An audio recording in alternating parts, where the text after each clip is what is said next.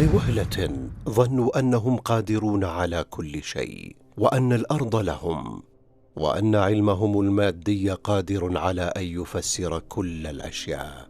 بل وصل بهم الأمر لجحد وجود الخالق، فما أقبح نسيان الإنسان لنفسه.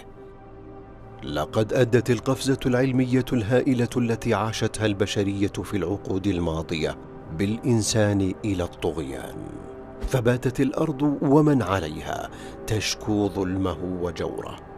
لكن كل هذا تبدد بين ليلة وضحاها، فأصبحت خطط المستقبل حبيسة الأدراج، وغدا العلم الواثق حائرا مرتبكا. لقد تلقينا أقوى الصفعات، وبات ما كنا نظنه سيطرة كاملة مجرد وهم.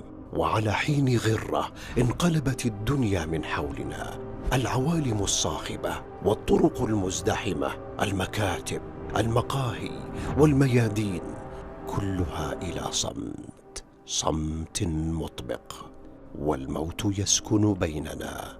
وبرز السؤال الذي كنا نتناساه: وماذا بعد الموت؟ خفت صوت الأرض، وسكنت النفوس البشرية عن ملاحقة شهواتها لتستمع إلى نداء الفطرة وتعود إلى إيمانها الذي فقدت.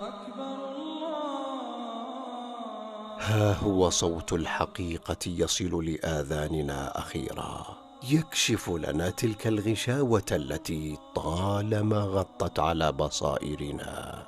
مهما كانت ثرواتنا، نحن فقراء من دون الغني سبحانه وتعالى، ضعفاء من غير القوي الجبار، موتى من غير الحي القيوم.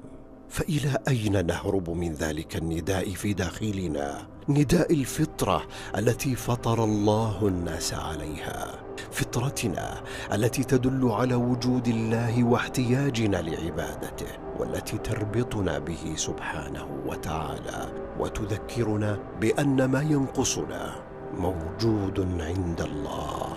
فأسكت كل صوت حولك واسمع إذن.